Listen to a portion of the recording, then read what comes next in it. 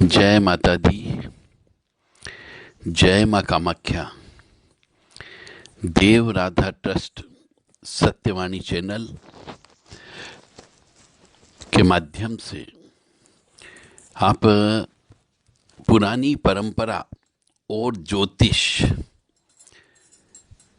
इसके ऊपर रहस्यमय ज्ञान सुन रहे हैं। पुरानी परंपरा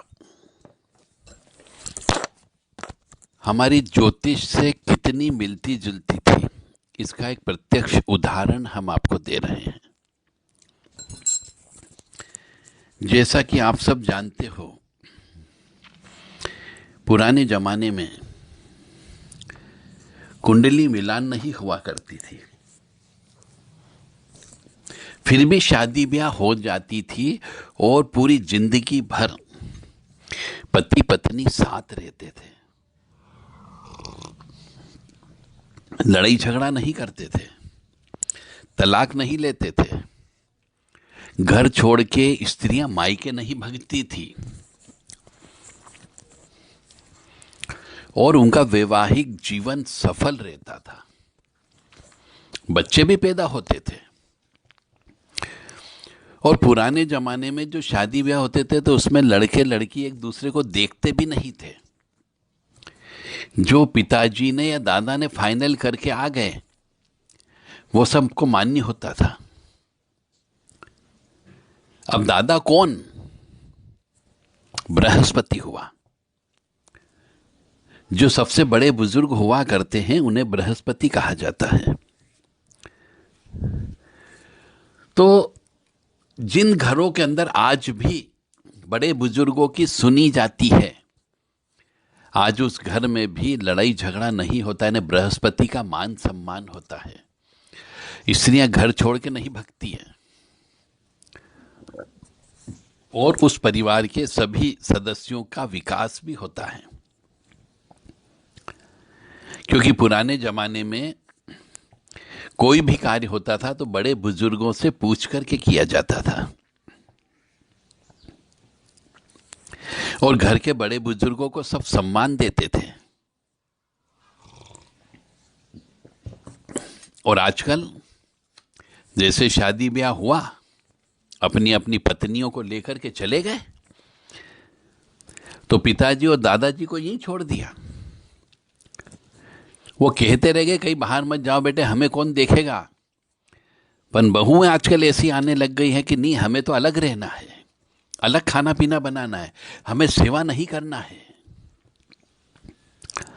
तो इससे उन स्त्रियों का गुरु दोष लगता है, बृहस्पति का दोष लगता है। तो सभी माता बहनों को अपने अपने पति के माता पिता, दादा दादी, नाना नानी, इनका सम्मान करना चाहिए और सेवा भी करनी चाहिए। और जो स्त्री अपने सास ससुर की सेवा नहीं करती, उस स्त्री को पारिवारिक जीवन जीने में, सांसारिक जीवन जीने में बहुत तकलीफ होती है। वो बीमार रहने लगती है क्योंकि बड़े बुजुर्गों का श्राप लग जाता है उसको।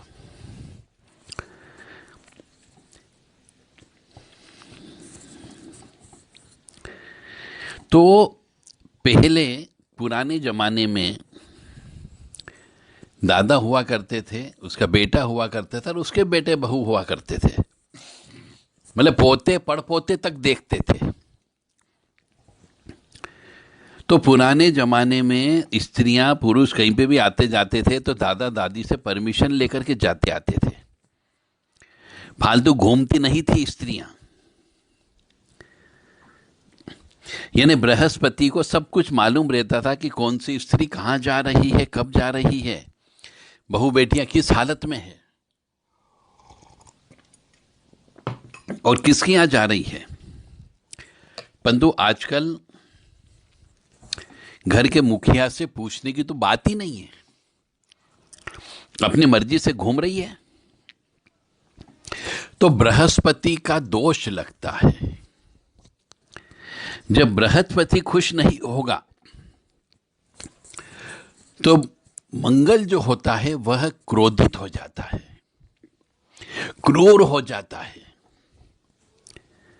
तो बृहस्पति का श्राप और फिर मंगल का क्रोध, इससे स्त्रियों को और परिवार वालों को भयंकर कष्ट की उत्पत्ति होती है। तो आजकल जो स्त्रियों को जो कष्ट हो रहा, तरह तरह की बीमारियां लग रही है या बहुत जल्दी मर जा रही है। कहीं पे गैनिक प्रॉब्लम उनको हो गई, कहीं गुप्त रोग हो गया उनको, कहीं किडनी का रोग हो गया, हाई ब्लड प्रेशर की प्रॉब्लम हो गई, शुगर हो गई है, थायराइड की बीमारी हो गई है। ये सब इसलिए हो रही क्योंकि वो अपने बृहस्पति यानी अपने सास ससुर दादा दादी उनके साथ नहीं रहती, उनकी सेवा नहीं करती है, इसलिए पितृदोष भी लग जाता है।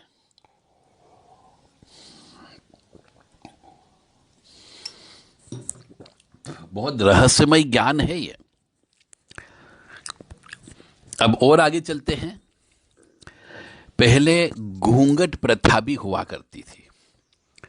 हम अपने बड़े बुजुर्गों की के सामने जाती थी स्त्रियां तो चुन्नी डाल देती थी, अपने सिर के ऊपर घूंघट डालती थी, पल्लू डालती थी। परंतु जमाना इतना बदल गया है कि घूंघट रखने तो दूर की बात है, चुन्नी रखना ही बंद कर दी शरीर पर,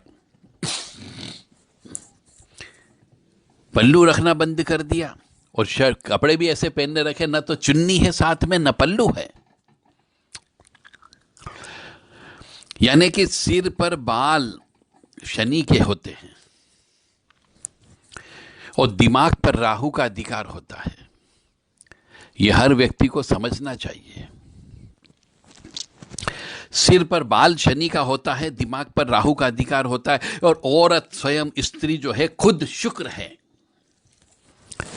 और ये तीनों शनि, राहु और शुक्र तीनों सूर्य के दुश्मन होते। सूर्य यानी गुरु, पिता, पर पिता,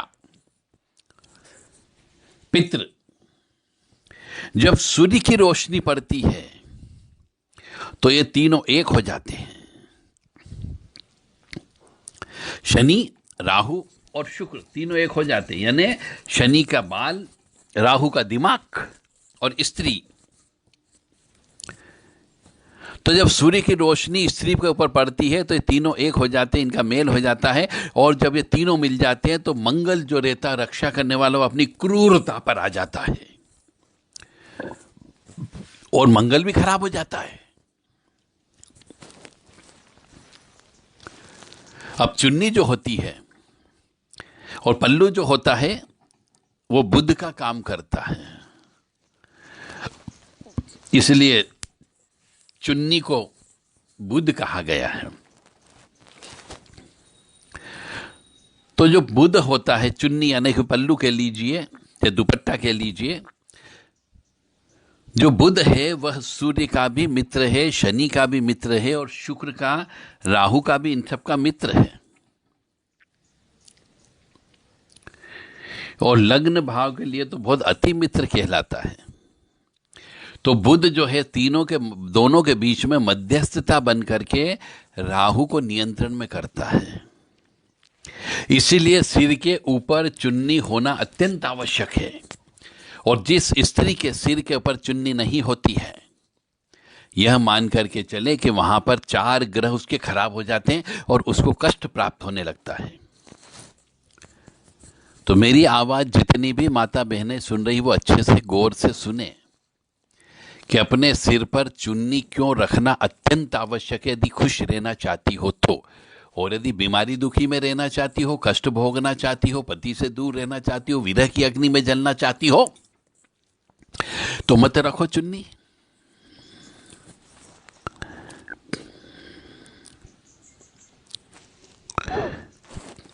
तो आजकल की भारतीय नारियां मंदिर में भी चुल्लू नहीं मतलब पल्लू नहीं रखती है, चुन्नी नहीं रखती है अपने सिर के ऊपर, खुले बाल से अलग चली जाती है। तो यह अत्यंत अशुभ लक्षण उत्पन्न होते हैं। यानी गुरु का घर मंदिर हो गया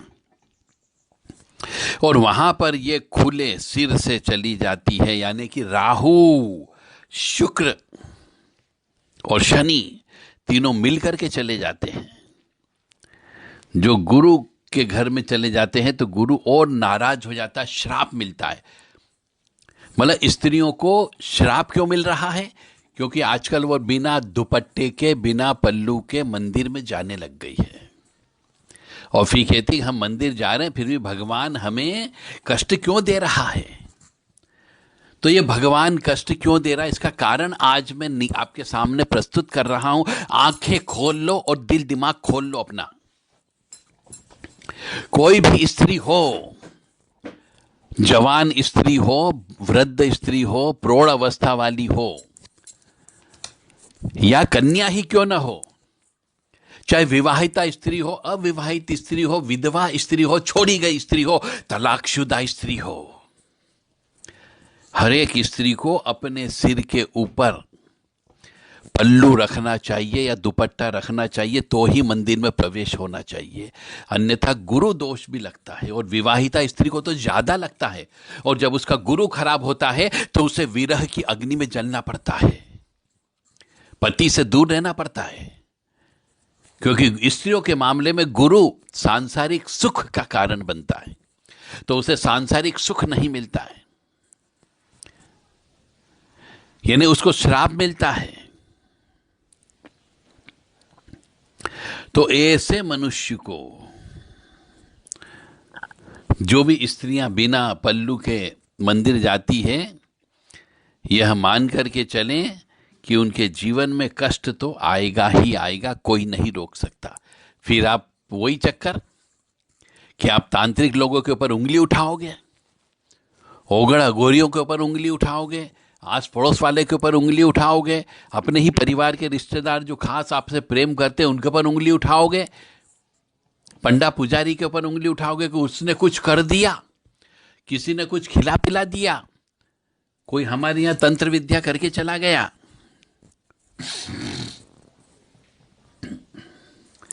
तो इसलिए सभी स्त्रियों को अपने सिर के ऊपर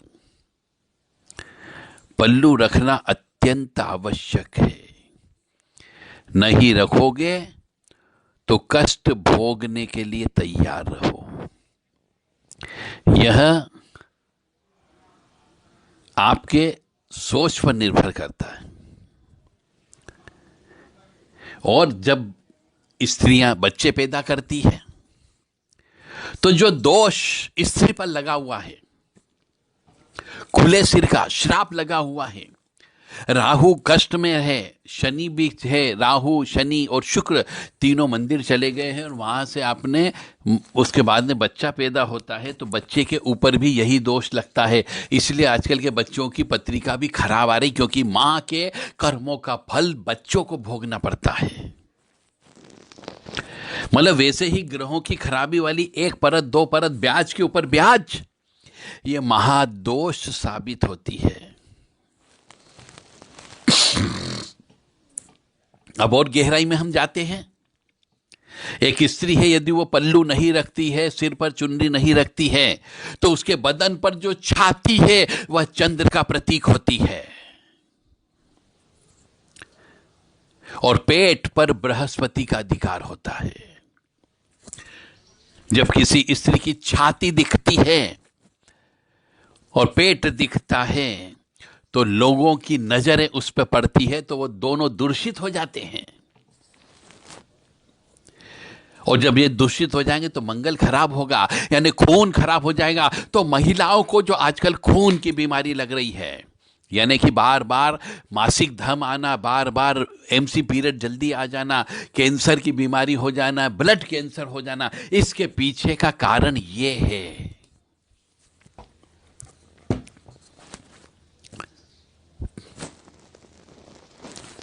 और यदि गहराई में हम जाएं तो आजकल फिल्मों में आप देखो, कोई से पिक्चर उठा के देख लो आज की, इतनी नग्नता और इतनी फूहड़ता उसके अंदर भर दी गई है कि वो दुनिया उसे फैशन मान करके वैसे ही फटे कपड़े पहनने लग गई है, अधरंगे कपड़े पहनने लग गई है महिला।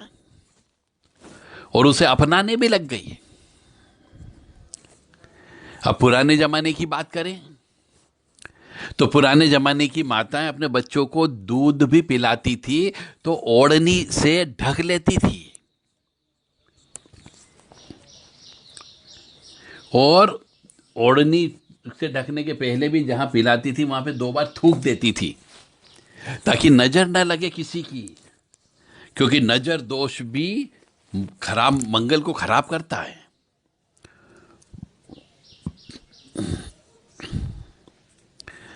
तो कहने का अर्थ मेरा यहां पर यह है कि स्त्री अपने ही कर्मों की वजह से कष्ट भोगती है, अपने ही कर्मों की वजह से ग्रहों को खराब करती है और खराब फल की प्राप्ति उन्हें मिलने लगती है, बीमारी दुखी होने लग जाती है, बात नहीं मानती। हिंदू संस्कार, संस्कृति, परंपरा, रीति रिवाज, मान्यता और प्रथा, ये इन सब के बारे में बहुत गहराई से आपको सोचना होगा कि बड़े बुजुर्गों ने जो प्रथाएं बनाई थी, बड़े बुजुर्गों ने जो संस्कार बनाए थे, बड़े बुजुर्गों के द्वारा जो नियम कानून बना गए हैं, उनका पालन नहीं करके आज की स्त्री अपने आप को बीमारी से ग्रसित कर लेती है, रोग से ग्रसित कर लेती है, कष्ट अपने ऊपर ओढ़ लेती है और फिर इल्जाम दूसरों के ऊपर लगाती है।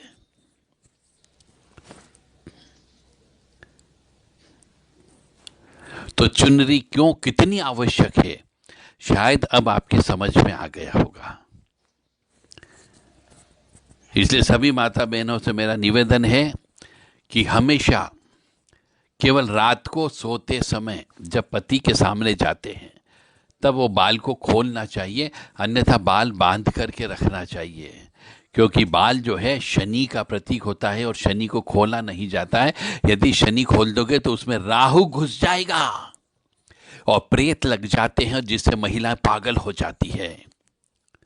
फिर घर में पति आता है तो झगड़ा करते हैं और तलाक हो जाता है।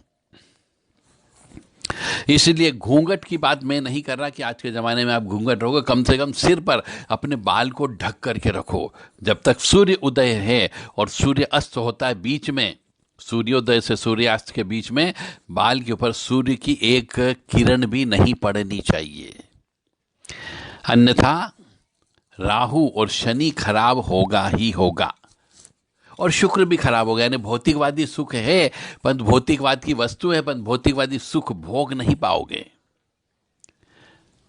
इसीलिए आज के जमाने में स्त्रियों को अलग अलग तरीके की बीमारियां लग रही है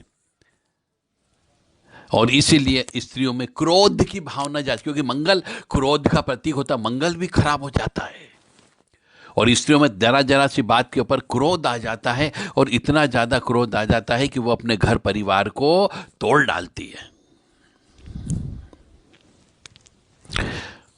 तो मेरा सभी माता बहनों से निवेदन है कि अपने अपने बड़े बुजुर्गों की सेवा करें, अपने सास ससुर की सेवा करें, उनके कहे आदेशानुसार चलें, उनके नियम कानून के अनुसार चले और जिस घर में वो ब्याही गई उस घर के नियम कानून परंपरा परिपाटी जो भी चली आ रही है पीढ़ी दर पीढ़ी, उनका पालन करें, अन्यथा बुजुर्ग आपको नहीं छोड़ेंगे, यानी पितर आपको नहीं छोड़ेंगे, आपके यहाँ वंश का नाश हो जाएगा और किसी की अकाल मौत हो सकती है।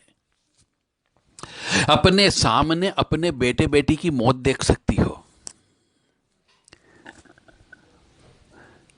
तो पितरों की इतनी अकृपा भी मत लो, गुरु की इतनी अकृपा भी मत लो कि उन्हें क्रोध करना पड़े और मंगल के माध्यम से आपके यहाँ पे खून खराबा हो जाए, क्योंकि मंगल खून का प्रतीक है। सब एक दूसरे से जुड़े हुए हैं। जय माता दी, जय मां कामाख्या, जय श्री महाकाल महाराज। यदि किसी मनुष्य को ज्योतिष सीखना हो तो देव राधा ट्रस्ट सत्यवाणी चैनल से संपर्क कर सकते हैं। 21 दिन का कोर्स है, 1 जनवरी 2024 से प्रारंभ होने जा रहा है। रेसिडेंशियल कोर्स है और इस कोर्स की विधिवत शुल्क है, जिसमें रहना, खाना पीना और पढ़ाना और किताबें देना 1000 रुपये रोज शामिल है, यानी 21,000 रुपये आपको देना होंगे। तो आप ये रहस्यमय ज्ञान वाली विद्या सीख सकते हो। रहस्यमय ज्ञान से संबंधित ज्योतिष सीख सकते हो, और पिछले जन्म के बारे में भी आपको सिखाया जाएगा कि ग्रह नक्षत्रों को देख करके, और पंचांगली की साधना कर भी करवाई जाएगी, जिससे आप पिछले जन्म के बारे में भी, हर मनुष्य के पिछले जन्म के बारे में जान सकते हो।